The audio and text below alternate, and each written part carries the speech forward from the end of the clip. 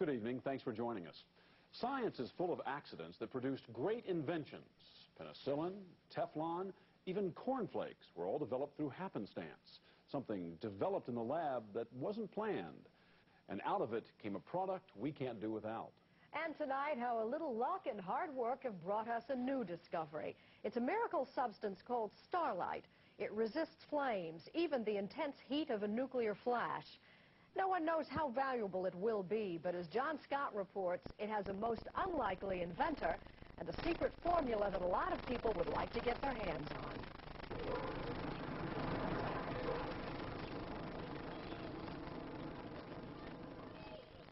North Yorkshire, England. It's the kind of place where not much ever happens, where conversations center on the best pint and chips. But 61-year-old resident Morris Ward is about to change all that. Ward has discovered something that could revolutionize contemporary warfare, modern industry, commercial transportation, even the space program. I just want to say one word to you. Just one word.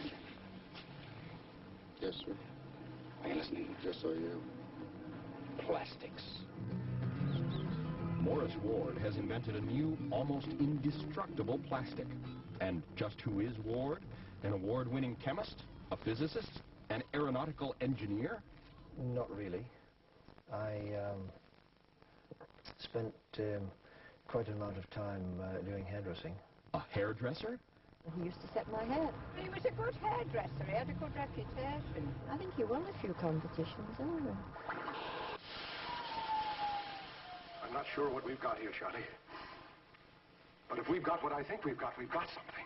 Like the absent-minded professor who invented flubber, former hairdresser Morris Ward has found his miracle. Yes.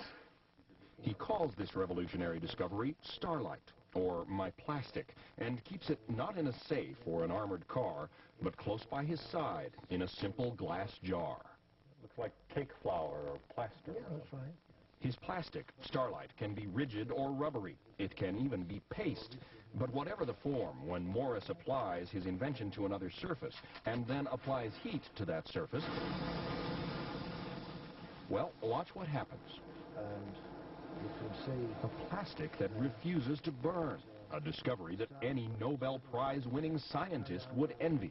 the world has spent billions of pounds for the last 45 years with thousands of the top physicists and Doctor Who's without any success. I've come in, I believe, from a different angle. Under a butane torch at approximately 2,200 degrees Fahrenheit, the plastic glows red, even bubbles a bit, but it refuses to ignite. I'll move the torch away, Okay. like so.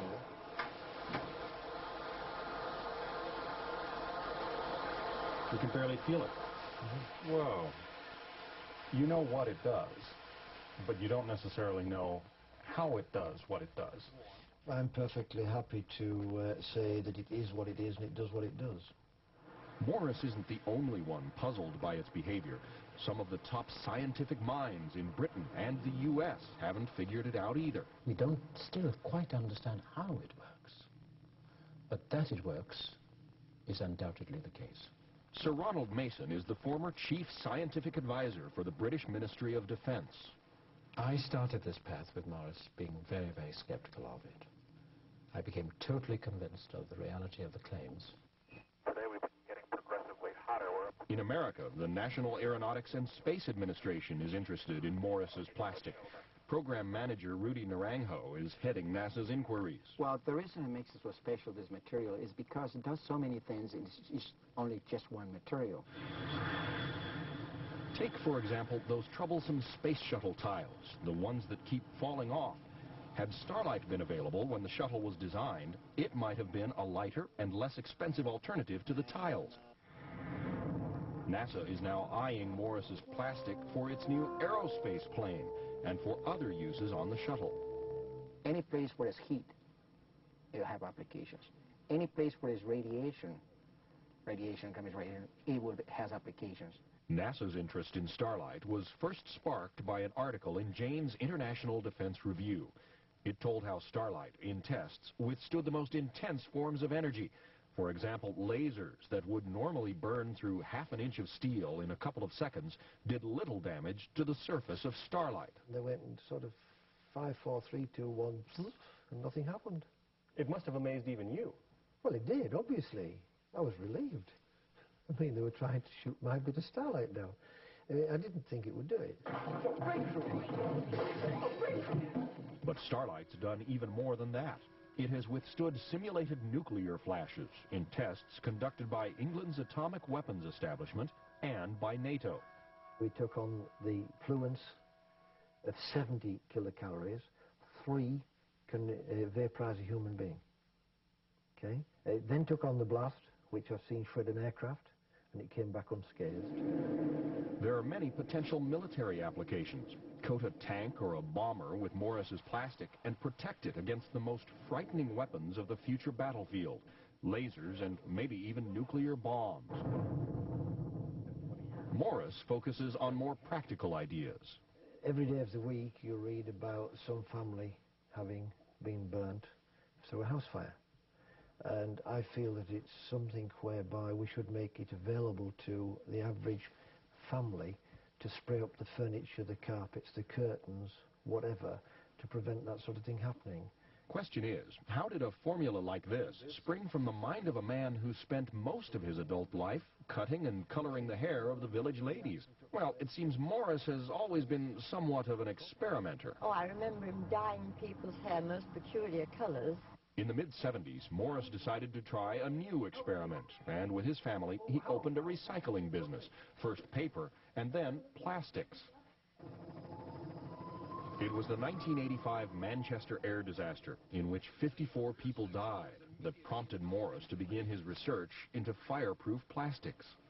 We realized that the people had actually been killed with the smoke and the toxic fumes, rather than just the flames. I then started to look at what I felt would be a flame retardant. I believe it was around about Easter '86 I got my first significant piece of material, which really was the forerunner of Starlite. Morris took his fireproof plastic to a friend at a chemical company. The man said it looked good in tests, but Morris says his friend's boss didn't want to be bothered. His boss came on and swore at me, told me to clear off. So I threw it in the cupboard for a few years. I couldn't afford at that stage to put any more money into it. It's no great surprise that the former hairdresser had trouble spreading the word about his discovery. He hadn't attended a university, had no scientific training. But Ward wouldn't give up. He figured even if the scientific world wouldn't believe what he'd done, the public would, if people could see how it worked on TV. It's glowing red hot. But just watch this. If I turn the flame off and remember that it was producing 1200 degrees Celsius, if I then crack it open, what's more, the egg hasn't even begun to start cooking. Soon everyone was knocking at his door. Well, a lot of people would love to have it. A lot of people are talking. A few people have tried to pinch it. Well, look who's here. It's the professor. Careful, boys. In trying to pinch or steal his plastic, the companies that want it have been quite resourceful. 6,600. Morris caught one man putting a sample down his pants. That little chip that you're holding in your hands there, what do you think that is, $1 billion product?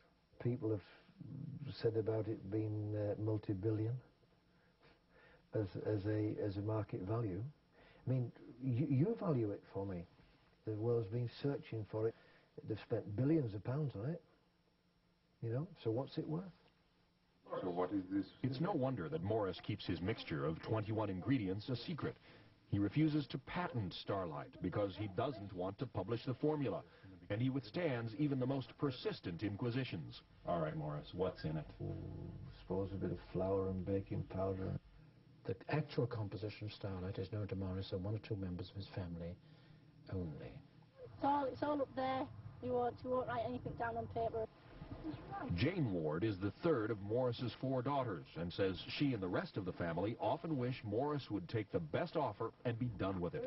We've all got a bit sick of it.